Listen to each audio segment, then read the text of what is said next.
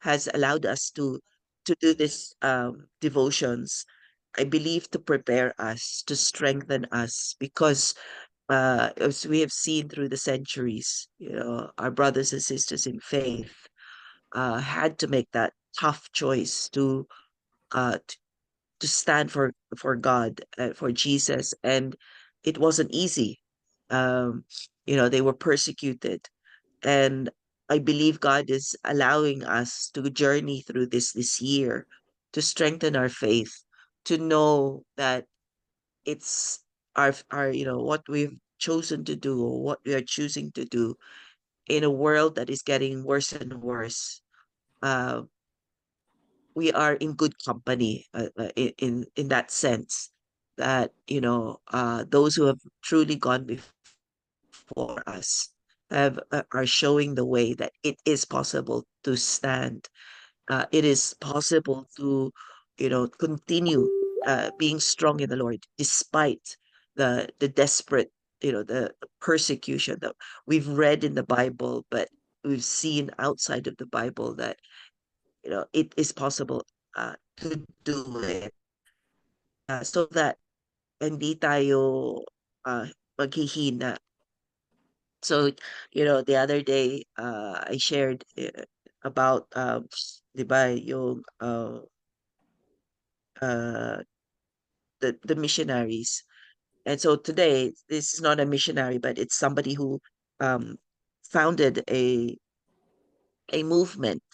It wasn't just the Wesleys. It wasn't just John and Charles who founded movements in faith throughout Christian history. There's that fluidity of people fighting against religiosity, fighting against man's interpretation of faith, trying to live out Christianity, following Jesus, uh, diligently, according to the Bible, against the way that the religion has tried to overcome. So, in the same way, may again today, may this encourage us, may this inspire us to remember. So, the title that's given by the Devo is A Narrow Escape. And then he had no idea what he was starting. And then again, while I was looking at this, binalik ako na naman sa verse that I added the other day when I was reading about the missionaries. And it's John 15. Ko pala na start, sorry. Yan. Uh, John 15:16, yung first part of it, that you did not choose me, sabi ni Jesus, I chose you and sent you out to produce fruit, the kind of fruit that will last. We have to really uh, eat this word, remind ourselves that we are existing at such a time as this because God planned it. We are not an accident, God, we are alive today because God has a purpose for us. And what we do today, how we live our lives, we are planting seeds. We are planting seeds of faith into the lives of people. God will use us, or is using us already, uh, to lay out something that is going to be hopefully eternal. We are God is allowing us to be part of something that is eternal in the lives of people around us. And again, like the other day, diba, our prayers was, we must think generationally, intergenerationally. We must not just think of our generation, but I believe our faith is strong because of those who have gone before us, who have laid the path. And so we must pray that we too will leave a legacy that will help those who come after us in our generation and in the future generations. So Peter Baldo was, I believe, a man such as that, who left a legacy, uh, and his legacy was that he was from a wealthy background. He was a wealthy 12th century merchant. In his life, he was. uh, affluent, he had everything. But when he became a Christian, his perspective changed. So it says here he was a wealthy 12th century merchant from Lyon, which is in France, and it was at that time an important center of the silk industry.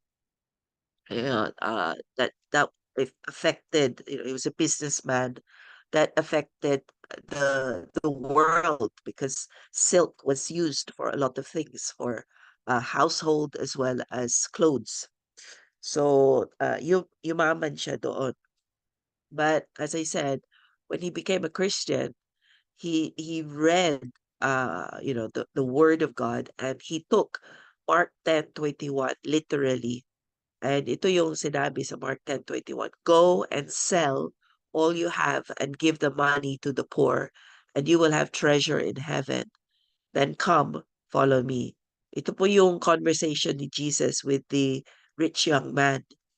'Di ba? Sinabi niya yung sa lalaki noon sa Bible, "Ibenta mo lahat ang sa inyo and sumunod ka sa akin. Look for the treasure in heaven, not in the world." And so Waldo uh, took this literally. He lived it out. And he did precisely that. When in 1173, he gave away his property. He didn't sell it, but he gave it away, believing that apostolic poverty was the way to perfection. So this is a quotation, the one in parenthesis from Wikipedia. Right? So he was uh hindi lang believing that poverty was the way to perfection, but apostolic poverty. The word apostolic is, 'di ba, it's something new. You're doing something new. And it's also to do in nowadays that they use it about church planting, but making a difference. So that's what it was. He wasn't just living for himself, but he was taking the vow of poverty so that he could help other people. He was paving the way, apostolic poverty. So Waldo never intended to found a movement. Uh, Ginawa niya para sa sarili niya. Pero, as he lived it out, uh, he became, ano ito, sorry, ay, hindi siya nag-move. Bakit hindi siya nag-move? Uh, just like with any movement, I believe, like-minded people saw what he was doing, said decided that they too believed in that and wanted to do the same thing. So he started to gain followers. So that's why the movement was started. But he merely wanted to follow Jesus as the disciples had done. So this was what I was saying, lifestyle Christianity, practical Christianity, not taking the word and living the word, sinasabuhay niya. And so, as I said, soon after, other people wanted to follow him. And so the Poor of Lions, of Leons, uh, was born. That was the name, that was the original name of the group, the movement. And they continue to focus on Christ's poverty. That, 'di ba sabi sa Philippians where Jesus left his riches, his throne in heaven, and he made himself obedient unto death. He became poor so that we can become rich. And so his followers, all those followers became known the poor of Leons, and they were trained up and were sent out again biblically two by two to go out and preach and teach the Bible. So literally, they took the example of Christ's disciples and lived it out. And so although in order for to make it easier for them, doable, livable, he had sections of the scriptures translated into the local dialect to use in their preaching.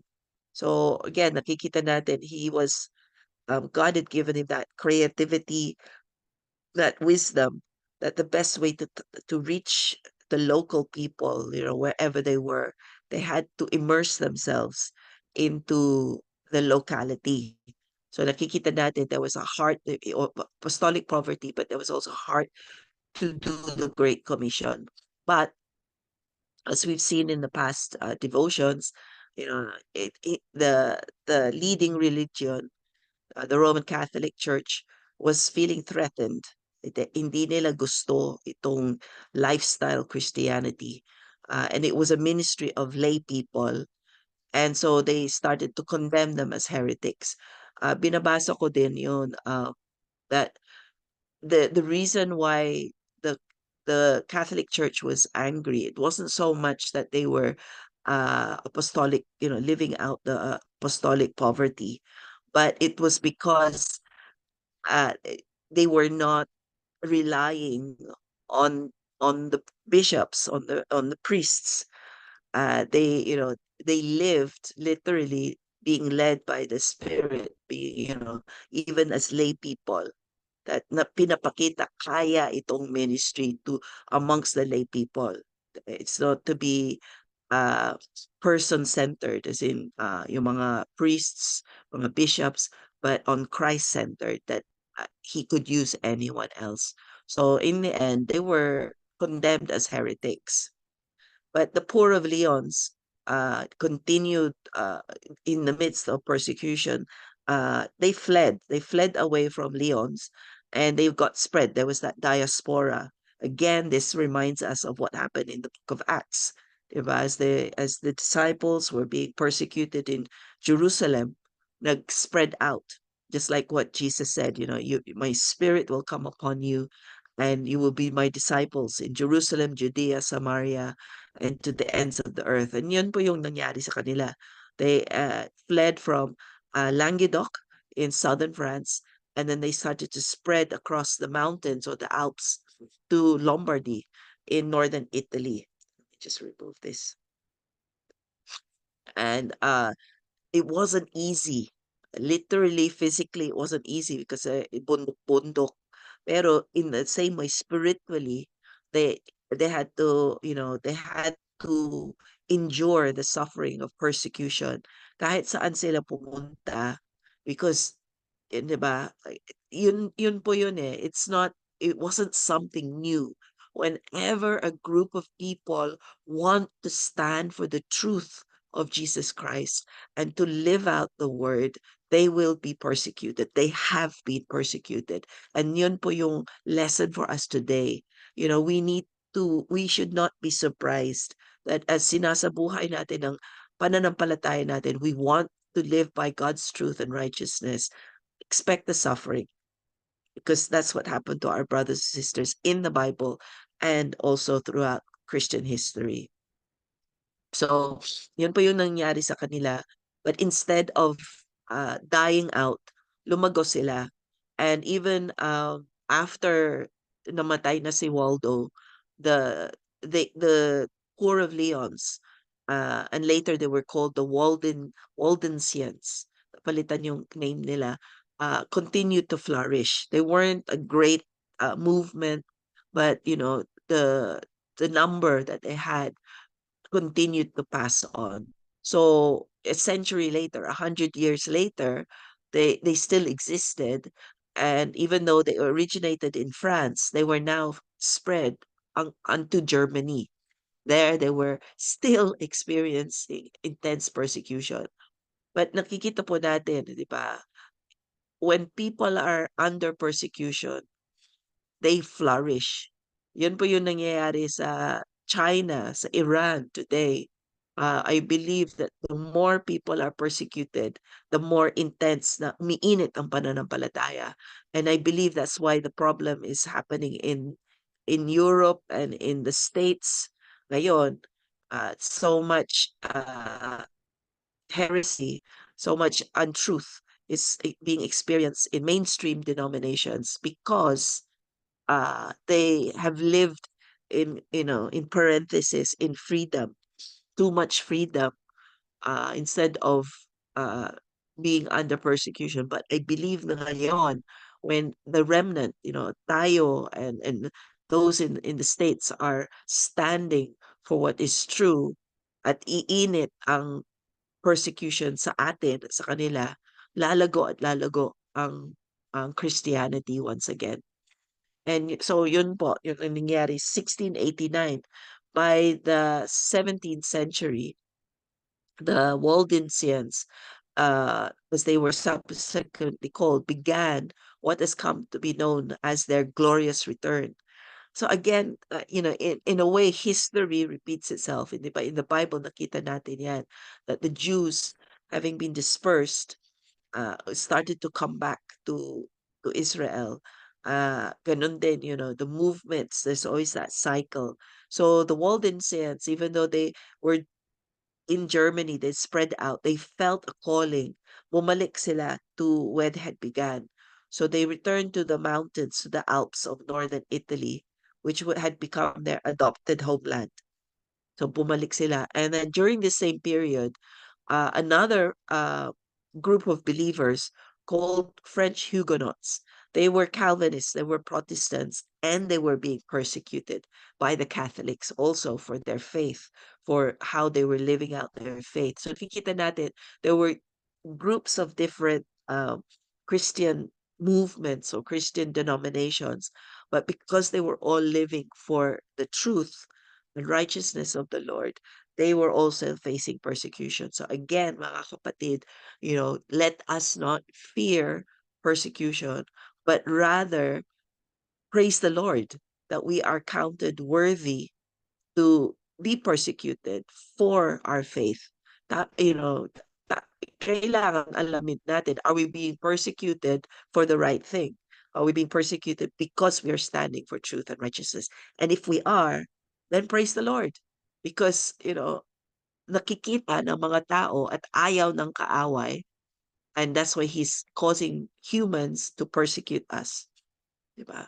So the Huguenots were also fleeing their country there was that uh, parang call of the Lord, calling people of different denominations, but bringing them all to the mountains of Italy. And high in the mountains, that small group of Waldensian officers, together with their soldiers, made a solemn pact called the Covenant of Sibod.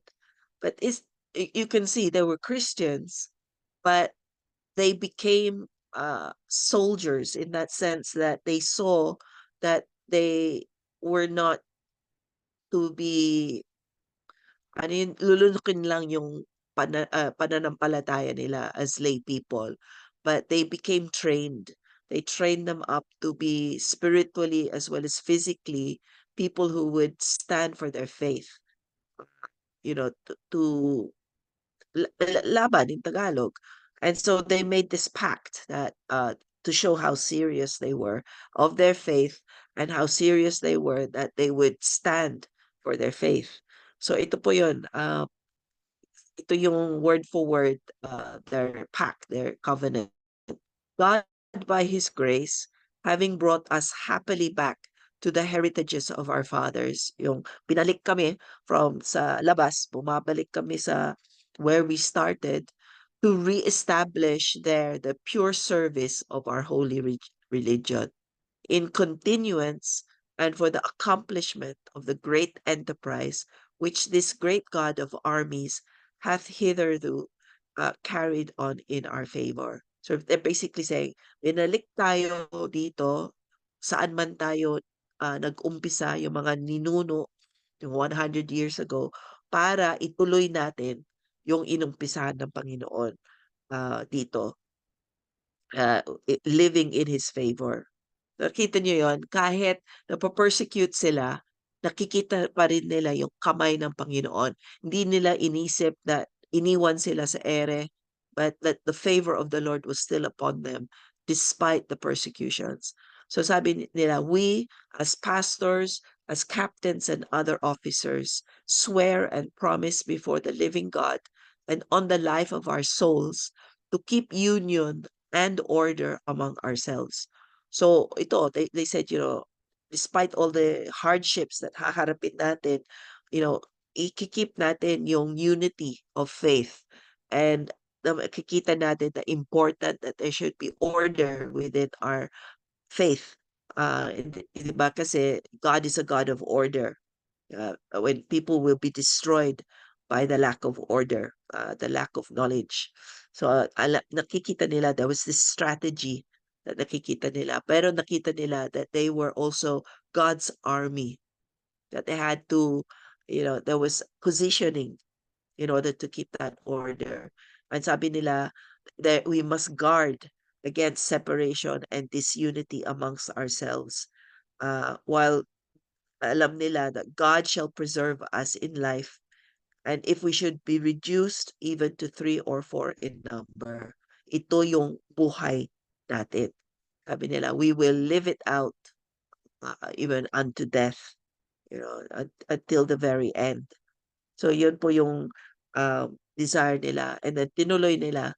And we soldiers promise and swear this day before God to be obedient to the orders of our officers and to continue faithful to them even to the last drop of our blood. So it wasn't just an organization, just like, if you've heard of the Salvation Army. So the Salvation Army, they call themselves officers, may captain sila and all that. But they are a peaceful movement. They're a peaceful organization. They are soldiers for Christ. Pero dito, sa time ng Waldensians, talaga literally, they were ready to fight.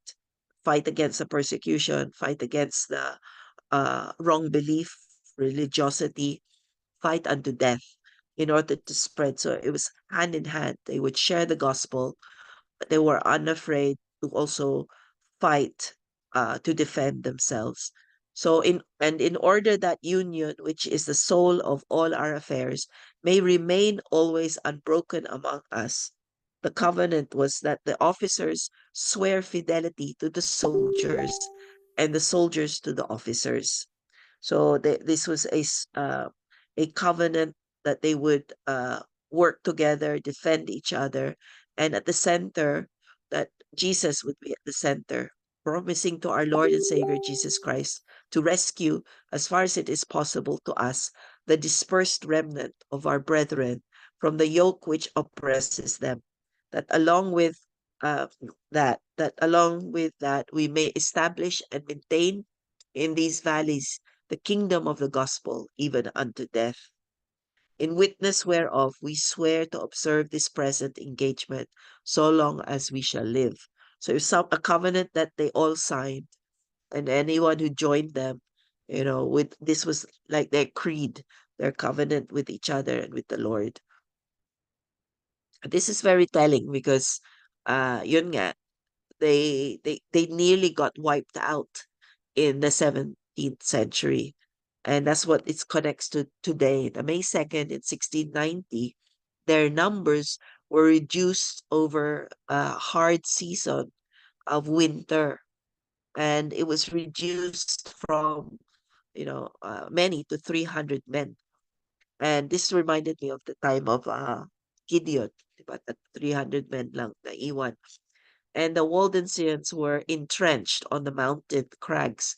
So dun sila, that these 300 men found themselves locked down against an army from France, the dragoons, who were in the valleys. So hindi sila makaalis sa bundok-bundok kasi they were surrounded. Lined up beneath them in the valley were 4,000 French dragoons led by the Marquis de Fakir. Okay, so look at it, what happened to Gideon, ganun din sila, di ba?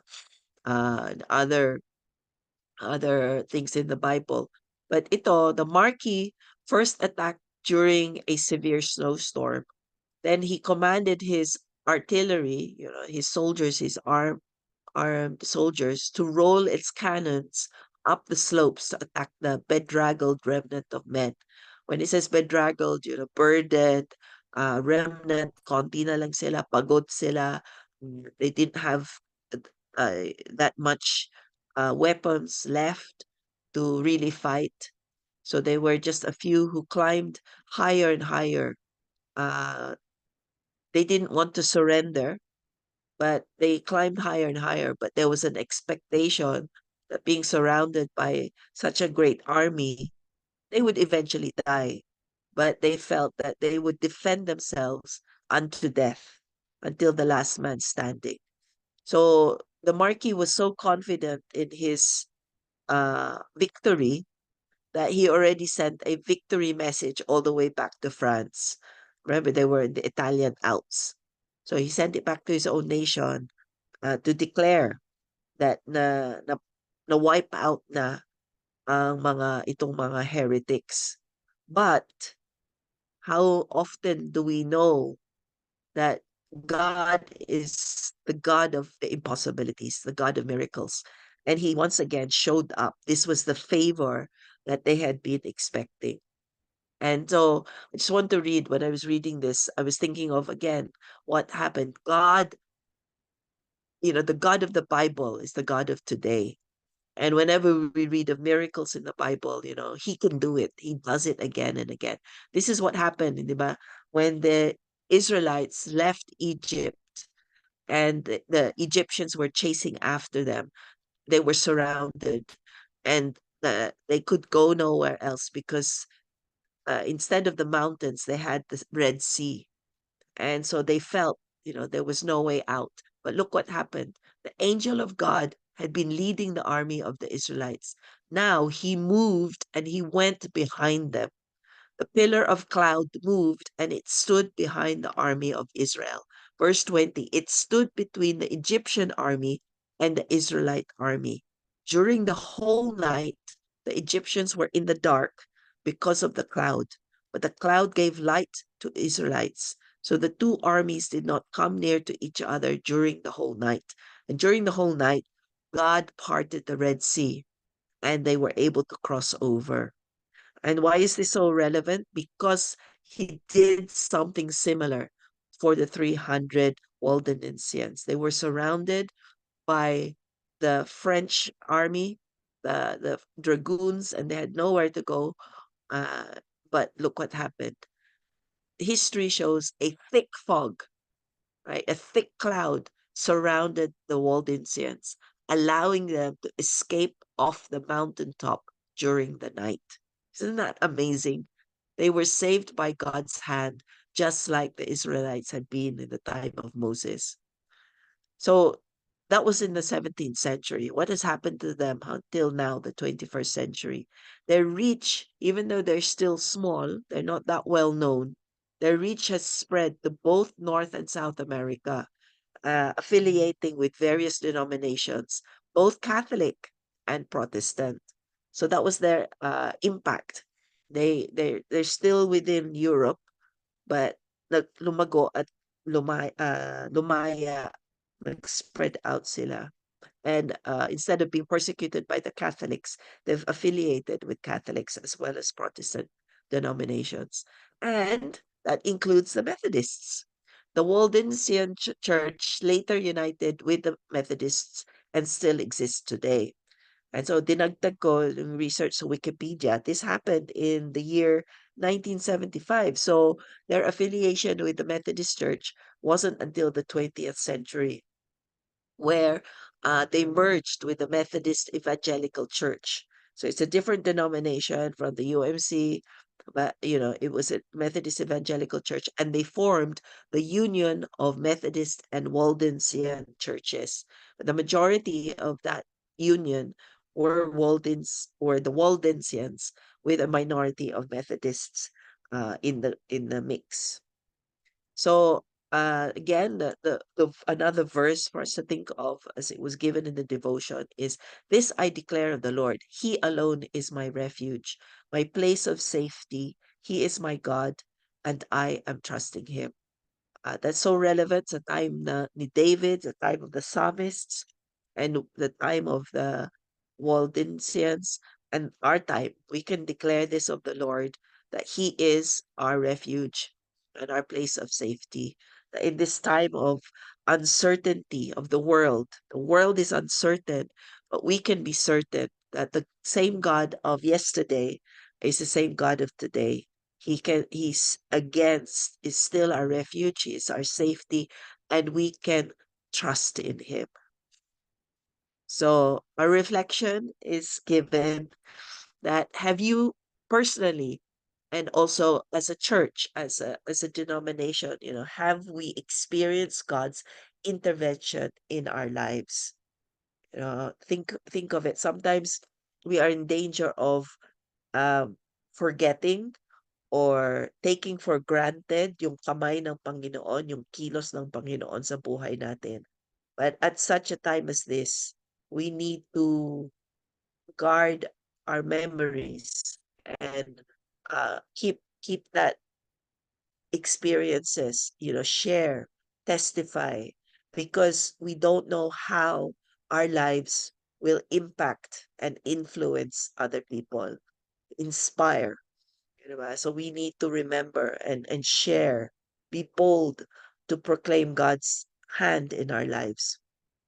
In the case of the Waldensians, God did protect the final 300 men, but chose not to preserve those who died earlier in the winter. But sabi niya dito, we should pray for God's protection, God's leading, realizing that in some cases, He protects His children by taking them to be with Himself.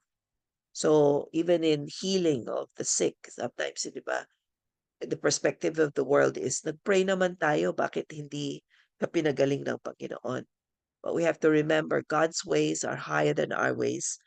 And but His promise is He will never leave us. He will never forsake us.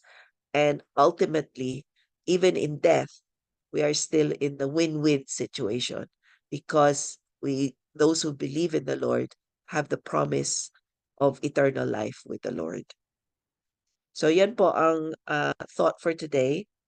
Uh, and I pray that, we think about how the Waldensians lived their lives, and hopefully nakikita natin din similarity sa buhay natin, and that we can live in the same way as a community of believers. So thank you po. Balik ko na po kay Phoebe. Thank you for letting me share. Thank you po, Ate Vida, for sharing the devotion today. Ang galing talaga ni Lord. So, reminding us that even yung song natin kanina, hindi kami nag-usap ni Ate Vida, diba? He is our strong foundation, the rock on which we stand. Yung He will never fail us. So, amidst the persecutions, the Lord is with us. Amidst our personal problems na dinadaanan ngayon, He will not fail us. So, since we are done with our prayer blast po, may request po ba kayong Ate Vida, to do the closing prayer? May assign po kayo. Naka-mute po kayo, Ate. Pwede po si Pastor David. Dito po Sa siya. akin po, Closing sa ating and Thanksgiving prayer and benediction na rin po. opo. And, Thank you. before we do that, our Thanksgiving, anyone po na meron pang request, prayer requests, and also baka may nagse-celebrate ng mga birthdays today or anniversary, wedding anniversary, para maisama din po natin sa ating Thanksgiving prayer. Kung meron po, type nyo na lang po sa chat natin. So, Pastor Dave, please do the Thanksgiving prayer po and benediction. Thank you.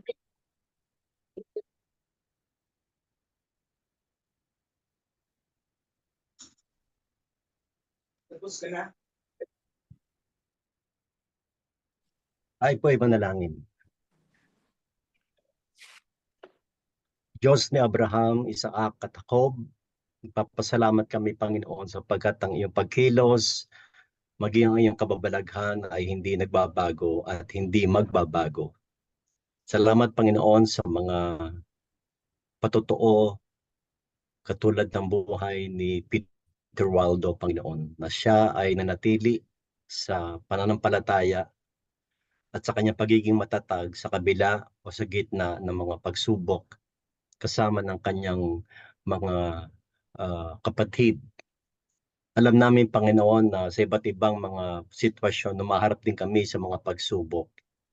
Ito man, Panginoon, ay dahil sa pananampalataya, pamilya o karamdaman man.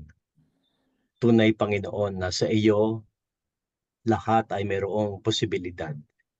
Nagpapasalamat kami, Panginoon, sapagkat Ikaw ang Diyos na handang kumilos maging sa mga paraang hindi namin inaasahan. Dalangin namin, Panginoon, na may pagpapasalamat. We can even thank you in advance, Father God, that you will send your cloud of protection, your cloud of provision, your cloud of provision sa amin, Lord God. Cloud of healing, Lord God. Cloud of hope. Alam namin, Panginoon, na sino man ang nagtitiwala sa iyo, we are fully covered. We are fully covered. There's nothing for us to worry about. Salamat, Panginoon, sa patuloy na pagtatalaga ng inyong pong mga lingkod upang gumising ng maaga, makipanalangin, makipagdiwang sa maraming kabutihan mo sa amin.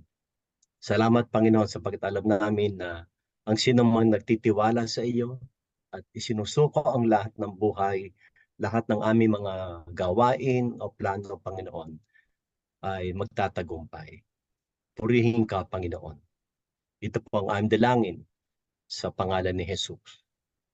At ngayon, tanggapin natin ang hindi nagmamaliw na pag-ibig ng Diyos Ama na tinatawag nating Abba, Father. Tanggapin natin ang pagliligtas ng ating Panginoong Jesucristo, ang walang kupas na apoy at inspirasyon ng banal na Espiritu, ang manatili sa atin mula ngayon hanggang wakas. Amen at amen. Shalom. Good morning. Amen. Thank Shalom. you, Thank Ate you. Morning, Vida. thank you po, Provida. Good Thursday, everyone. Vida. Thursday. Thank you. Sige po, Happy picture po tayo. Thursday. Marami pong salamat sa panalangin para kay Billy Topacio. Maraming salamat po.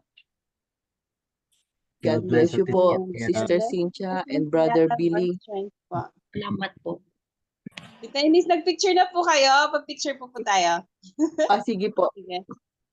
Ready? Smile po. One more. God bless you po, Sister Cynthia and Brother Billy. Ayan. Samahan po kayo ng Panginoon. God bless. Again. God bless Thank po. you. Shalom. God bless everyone. See you tomorrow. See you tomorrow po. Bye.